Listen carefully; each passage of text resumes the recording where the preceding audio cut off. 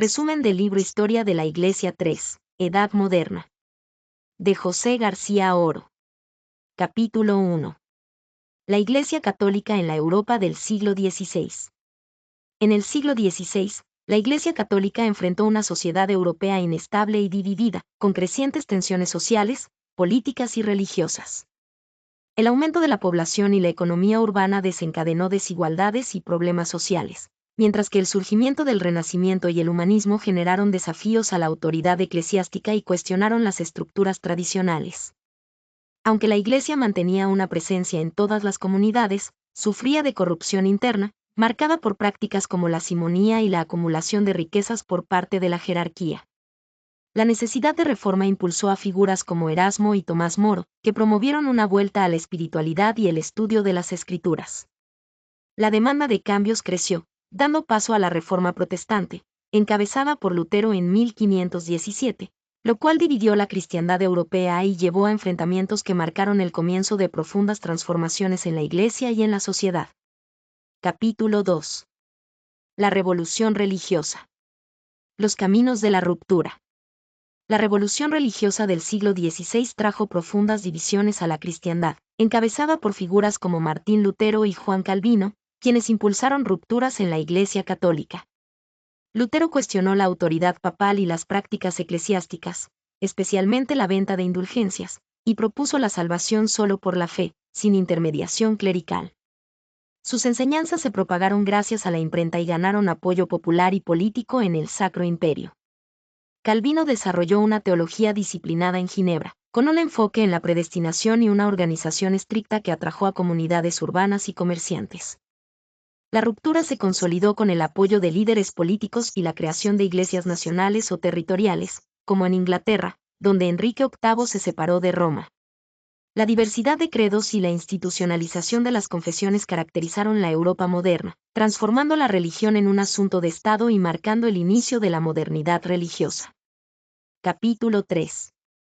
La cristiandad a concilio.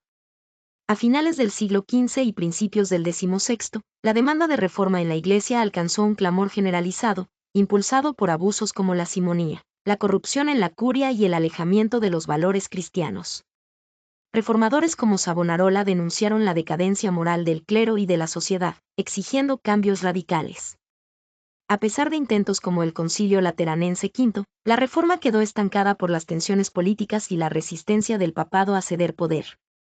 El movimiento de reforma se intensificó con las críticas de los humanistas y el impacto de las ideas renacentistas, sentando las bases para la ruptura que provocaría la Reforma Protestante.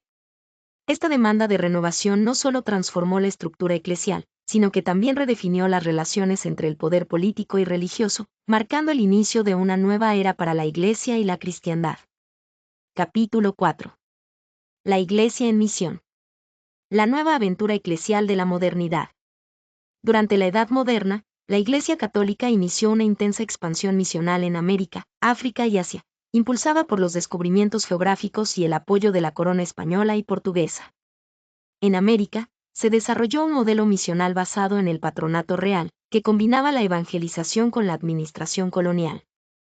Las órdenes religiosas como franciscanos, dominicos y jesuitas desempeñaron un papel crucial, creando reducciones y comunidades cristianas en territorios indígenas, y contribuyendo al desarrollo cultural con gramáticas y catecismos en lenguas locales. En Asia, liderados por figuras como Francisco Javier y Mateo Ricci, los jesuitas adoptaron un enfoque de inculturación, integrándose en las sociedades de Japón y China. Las misiones enfrentaron desafíos como persecuciones y conflictos culturales, pero lograron establecer sólidas comunidades cristianas. Este periodo marcó un momento de expansión global de la fe, integrando evangelización, educación y diálogo cultural en diversas regiones del mundo. Capítulo 5. La Iglesia en la cultura renacentista. El humanismo cristiano del siglo XVI. El humanismo cristiano del Renacimiento transformó profundamente la relación entre la Iglesia y la cultura. Impulsado por la filología clásica y la recuperación de textos antiguos, promovió una renovación educativa y espiritual centrada en el retorno a las fuentes bíblicas y patrísticas. Figuras como Erasmo de Róterdam defendieron un cristianismo basado en la espiritualidad personal, la sencillez y el diálogo directo con Dios, cuestionando formalismos y abusos eclesiásticos. la imprenta jugó un papel crucial en la difusión de ideas humanistas, permitiendo la publicación de ediciones críticas de la Biblia y obras de los padres de la Iglesia. Además, el humanismo cristiano influyó en el Concilio de Trento, donde teólogos y humanistas buscaron reconciliar la tradición católica con las nuevas demandas intelectuales y religiosas. Este movimiento no solo revitalizó la fe, sino que también sentó las bases para las reformas católicas y el desarrollo de una cultura cristiana más erudita y accesible. Capítulo 6. La Iglesia de España en el Renacimiento. Durante el Renacimiento, la Iglesia española se integró profundamente en la monarquía católica de los Reyes Católicos, quienes utilizaron el patronato real para controlar las instituciones eclesiásticas. Este modelo consolidó el poder estatal en áreas como la provisión de cargos eclesiásticos y las rentas de la Iglesia, asegurando prelados leales a la corona. La Inquisición, creada para garantizar la ortodoxia, se enfocó inicialmente en los conversos judaizantes y moriscos, extendiéndose luego a combatir herejías protestantes y heterodoxias internas. Las reformas eclesiásticas promovidas por figuras como el cardenal Cisneros incluyeron la revitalización de órdenes religiosas, el establecimiento de instituciones educativas y la evangelización de nuevos territorios como América.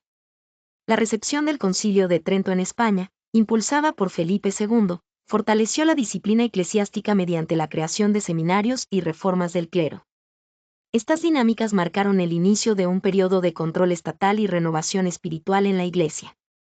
Capítulo 7. La Iglesia Católica, de las guerras de religión a los esplendores del Barroco. En el siglo XVII, la Iglesia Católica consolidó su estructura institucional, con un papado fortalecido y un gobierno centralizado a través de la Curia Romana. La Reforma Tridentina marcó la vida eclesial, con clérigos formados en seminarios y una pastoral enfocada en la administración de sacramentos y la catequesis popular. El Barroco, como expresión artística y espiritual, enriqueció la vida religiosa, con templos majestuosos, procesiones y representaciones teatrales que conectaban con el pueblo. A nivel político, la Iglesia se integró en el régimen de cristiandad, aunque enfrentó conflictos con las monarquías absolutas que intentaban controlar las instituciones religiosas. Las divisiones confesionales y guerras de religión continuaron marcando a Europa, mientras que los papas asumieron un papel diplomático y cultural destacado, especialmente en la promoción del arte y la ciencia. En las colonias, la obra misional expandió el catolicismo, adaptándose a diversos contextos culturales. Capítulo 8. Iglesia y monarquía católica de España durante el siglo XVII. En el siglo XVII, la Iglesia católica en España permaneció estrechamente vinculada a la monarquía, compartiendo su declive político y económico. Mientras la monarquía perdía hegemonía en Europa frente a potencias emergentes como Francia e Inglaterra, la Iglesia continuó desempeñando un papel central en la vida social y cultural.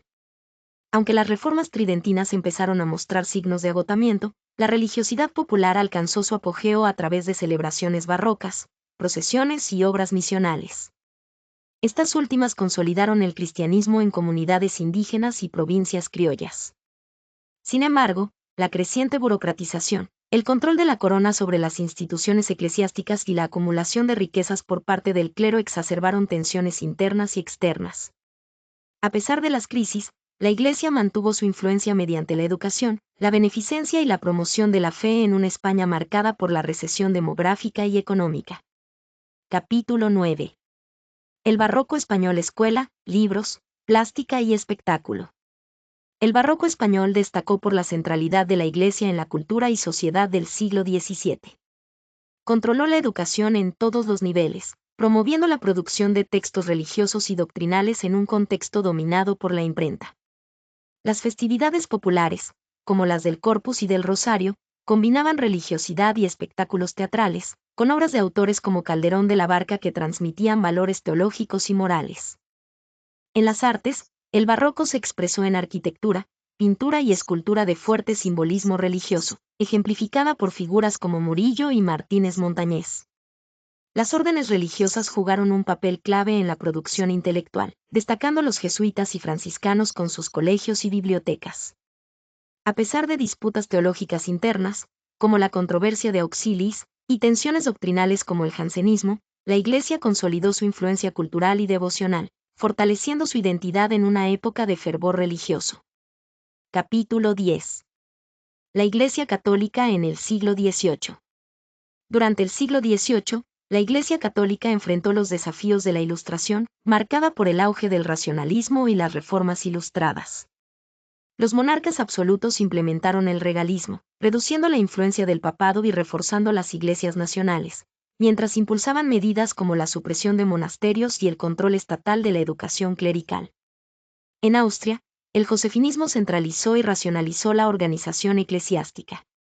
En Francia, el galicanismo y las tensiones entre el parlamento, el episcopado y la monarquía fracturaron la unidad eclesial, exacerbadas por el jansenismo y las disputas teológicas. El papado, debilitado, enfrentó la pérdida de poder ante las monarquías, especialmente con la supresión de la Compañía de Jesús en 1773, un golpe a su autoridad. A pesar de estas crisis, la Iglesia mantuvo su influencia sobre las masas rurales y promovió reformas pastorales, preparándose para los cambios radicales que traerían la Revolución Francesa y la modernidad. Capítulo 11. La Iglesia Católica y la Ilustración. Durante la Ilustración, la Iglesia Católica enfrentó una revolución cultural que cuestionó su autoridad y dogmas. Los pensadores ilustrados promovieron el racionalismo, la ciencia y la crítica de la religión, proponiendo reformas sociales y políticas que erosionaron la influencia eclesial, especialmente en países como Francia. La Enciclopedia, de Diderot y d'Alembert, y obras de autores como Voltaire y Rousseau atacaron las tradiciones cristianas. A pesar de estas críticas, algunos intelectuales católicos intentaron dialogar con las nuevas ideas, adoptando métodos historiográficos y pedagógicos modernos. Las tensiones entre el papado y monarquías regalistas limitaron la autonomía eclesiástica, mientras que el jansenismo y el galicanismo provocaron divisiones internas. La Iglesia también se adaptó a través de reformas educativas y una defensa de la espiritualidad, preservando su influencia en las masas rurales. Sin embargo, los ideales ilustrados sentaron las bases para el secularismo y las revoluciones del siglo XVIII. Capítulo 12. La Iglesia en la España del siglo XVIII. En el siglo XVIII, la Iglesia española se adaptó a los cambios impuestos por la dinastía borbónica y el despotismo ilustrado, manteniendo su influencia, pero bajo un control creciente del Estado. El Concordato de 1753 otorgó a la corona el patronato universal, permitiendo un control significativo sobre cargos eclesiásticos y rentas. Las reformas promovidas por Carlos III incluyeron la racionalización del clero, la regulación de las órdenes religiosas y la supervisión de la educación. A pesar de estas intervenciones, el clero conservó su papel en la vida social mediante la beneficencia y la educación. Sin embargo, tensiones como la expulsión de los jesuitas en 1767 marcaron conflictos internos y externos. El episcopado mantuvo una dualidad entre una mayoría tradicional y una minoría ilustrada, mientras las misiones populares continuaron fomentando la religiosidad popular. En conjunto, la Iglesia equilibró su identidad entre la tradición y las presiones reformistas ilustradas.